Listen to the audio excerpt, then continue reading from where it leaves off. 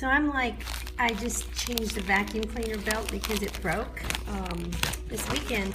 And look what came out of this new bag. We just got 2 belts in this one bag, and not only is this like too big, but it's like somebody broke it or it cut and they tried to glue it back together with something weird. I don't even know what this is.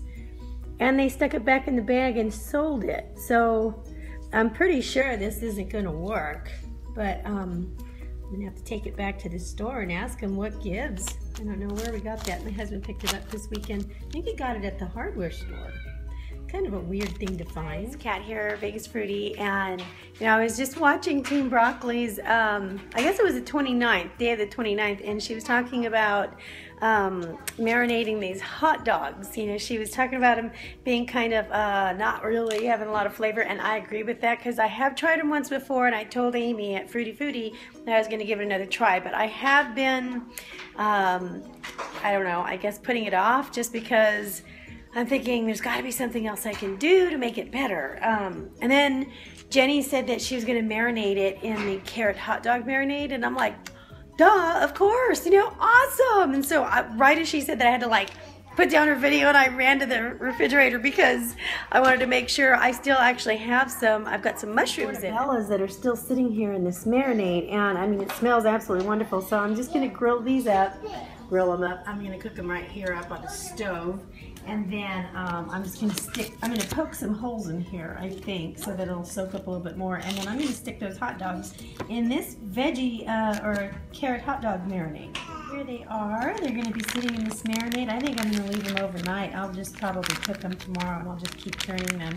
But, you know, what a stroke of genius. I mean, I've been marinating everything except for tofu hot dogs. So, Jenny, thanks a lot. That was an awesome idea. And so I've got my toast here waiting and my walnuts, and I'm cooking lentils.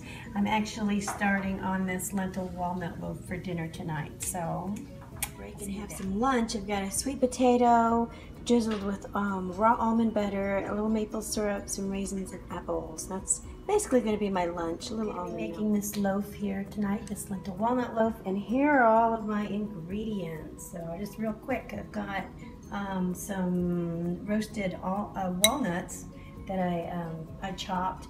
These are lentils that I pureed. Raisins. This is, it's already oxidizing, but this is a sweet apple, shredded apple. I've got garlic, celery that's chopped. I've got flaxseed meal, and this actually is mixed with chia seeds as well. Now the recipe calls for a tablespoon of olive oil, and since I haven't made it before, I'm actually going to add it in. So just to see what it's like. Got what is this? Oat flour, salt, pepper, shredded carrot, onion, and this is it's like a sprouted grain and bread, and it's toasted and then made into crumbs.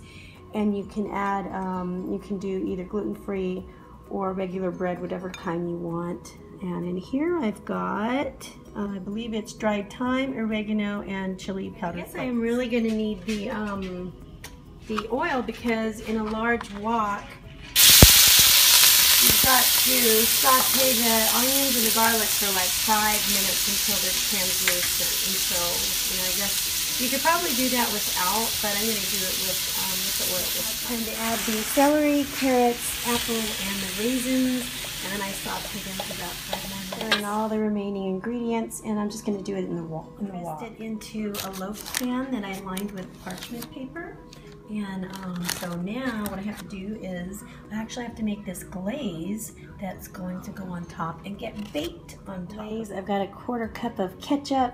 I've got 2 tablespoons of really great balsamic vinegar. This one's been aged 10 years. It's really good. This one is, I've got 2 tablespoons of apple butter. You can use unsweetened applesauce.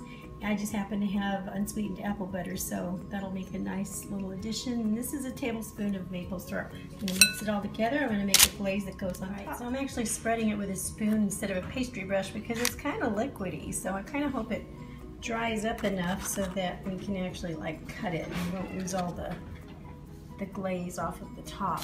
And this is going to go into the oven of, I believe it's 350 for about an an hour, 50 to 60 out, and I'm supposed to let it sit for about 30 minutes and actually put it in the freezer for a few minutes just to kind of speed up the cooling process. Cut it, so this is what the inside of it looks like. And here we are. I made some no-fat mushroom gravy and no-fat mashed potatoes. So I'm going to try this loaf on Mr. Fruity.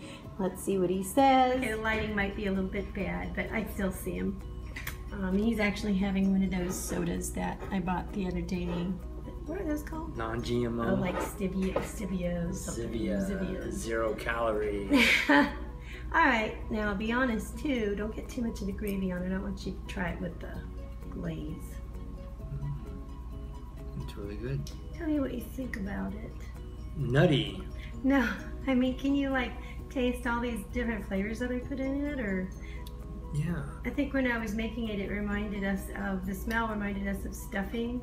Does that? You know what, it does have a stuffing taste. Yeah. Kind of like a Thanksgiving-ish thing happening. It's really good. Oh, I'm so glad. Awesome. You give it a thumbs up. 2 thumbs up.